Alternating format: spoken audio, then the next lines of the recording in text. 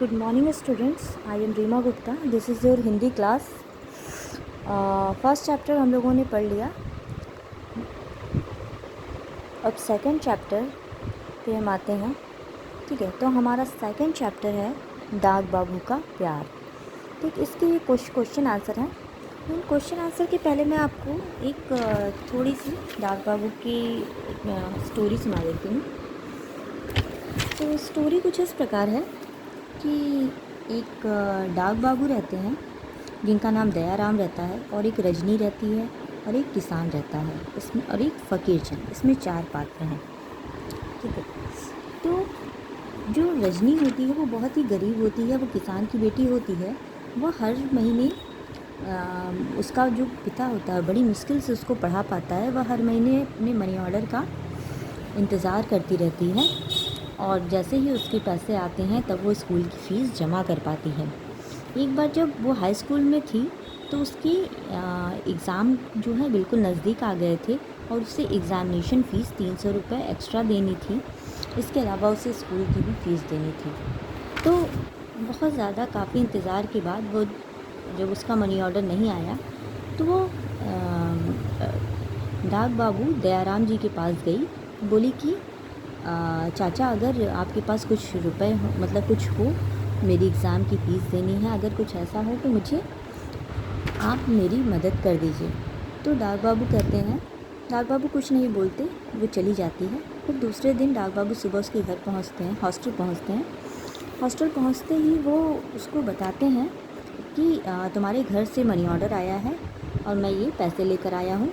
डाकिया बीमार पड़ गया था, इस वजह से वो नहीं आ पाया, तो मैंने खुद ही साइन करके ये मनी ऑर्डर ले लिया. ठीक, तो रजनी जो होती है वो बड़ी खुश हो जाती है और वो ले जाकर अपने स्कूल की फ़ीस जमा कर जाती है. लेकिन एक दिन, कुछ दिनों के बाद फ़कीर चंद जी आते हैं उसको पैसे देने के लिए.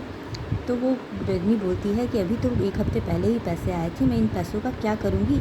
तो फ़कीर चंद ये बताते हैं कि तुम्हारे बाबा जो हैं वो तो बेहोश थे, उनको तो याद ही नहीं था, मैं लेकर आया हूँ उनकी इस वजह से. लेकिन तुम्हें किसने पैसे दिए ये उनको नहीं पता. ठीक है, तभी रजनी समझ गई कि डाक बाबू ने अपनी तरफ से उसकी मदद की थी. वो बड़ी ही खुश हुई और वो उनको एक फरिश्ता समझकर वो जो फ़कीर चंद आए हुए थे उनको मिलवाने के लिए डाक बाबू से ले गई. और ये सारी कहानी इसी की है. ठीक है, तो आइए हम इसके क्वेश्चन आंसर देखते हैं. तो हमारा पहला क्वेश्चन है कि डाक बाबू का क्या नाम था. तो डाक बाबू का क्या नाम था? डाक बाबू का नाम दयाराम था. क्या नाम था? दयाराम था. हमारा सेकंड क्वेश्चन है, बोर्ड की परीक्षा के लिए रजनी को कितने रुपए जमा करवाने थे. वो बोर्ड की परीक्षा के लिए रजनी को 300 रुपये जमा करवाने थे. ठीक है, कितने रुपए जमा करवाने थे? 300 रुपये. थर्ड क्वेश्चन है हमारा, क्लास टीचर ने रजनी को क्यों डांटा. क्लास टीचर ने रजनी को क्यों डांटा?